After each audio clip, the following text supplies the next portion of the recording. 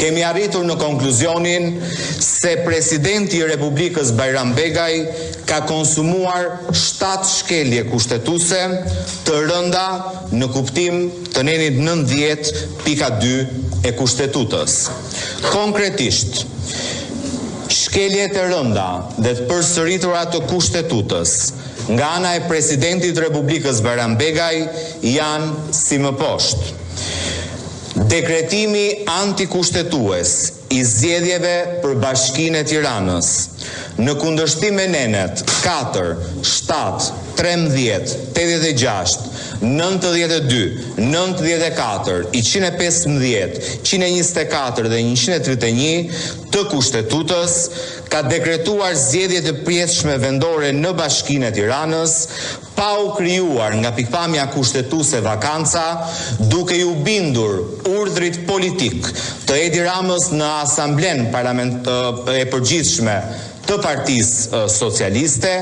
duke ndërhyrë në këtë në mënyrë brutale dhe të dhunshme në autonominë e pushtetit vendor, të drejtat themelore të njerëzit, kompetencat e organeve të tjera kushtetuese dhe duke tentuar si asnjë president tjetër në 35 vitet demokraci të zhvesh gjykatën kushtetuese dhe autoritetin e gjykatës kushtetuese nga kompetenca që i njeh shprehmisht kushtetuta. Presidenti i Republikës Bajram Begaj në këtë shkelje të evidentuar nga ne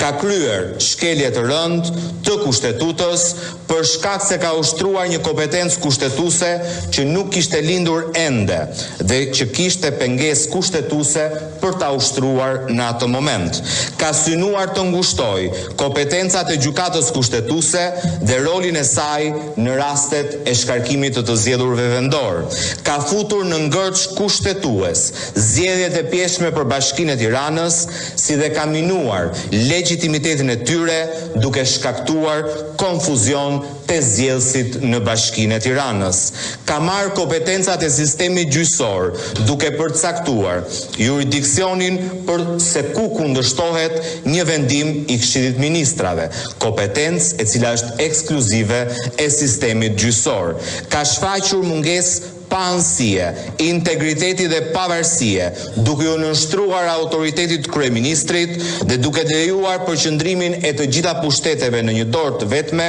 gjë që cënon rendin kushtetues për shkak të prishjes së ekuilibrit të kontrollit dhe balancës mes pushteteve. Ka cënuar garancitë kushtetuese të një funksionari kushtetues që gëzon një i zgjedhur vendor. Ka ndërhyrë në mënyrë të drejtë për drejtë në autonominë kushtetuese të qeverisjes vendore dhe sfundmi ka uzurpuar kompetencat e gjykatës kushtetuese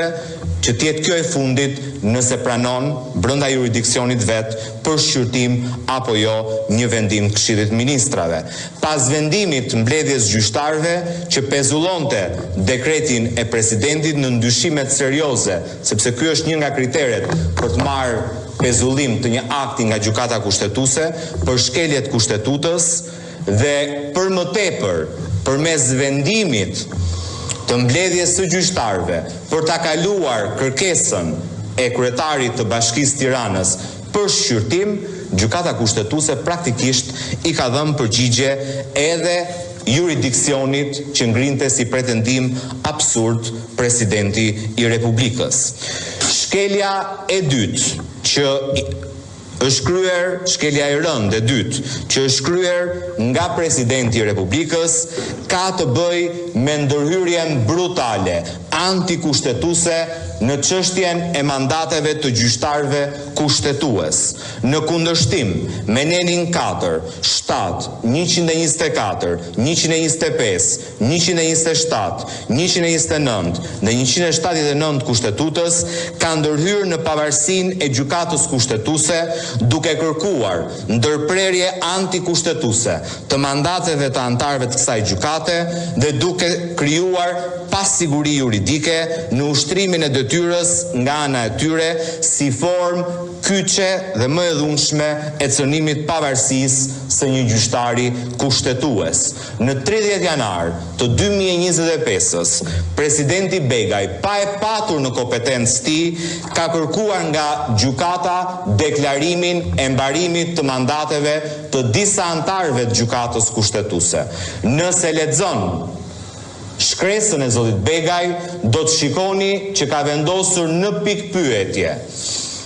kozjatjen e mandateve për të gjithë anëtarët në detyrë të gjykatës kushtetuese në shkelje flagrante të kushtetutës. Madje ka uzurpuar edhe kompetencat e kuvendit, duke ftuar gjykatën kushtetuese të shprehet mbi kozjatjen e mandateve për anëtarët që janë emërtesë e kuvendit. Nuk ka guxuar kurrë më parë asnjë president i Republikës që të cënoi në këtë formë pavarësinë e anëtarëve të gjykatës kushtetuese.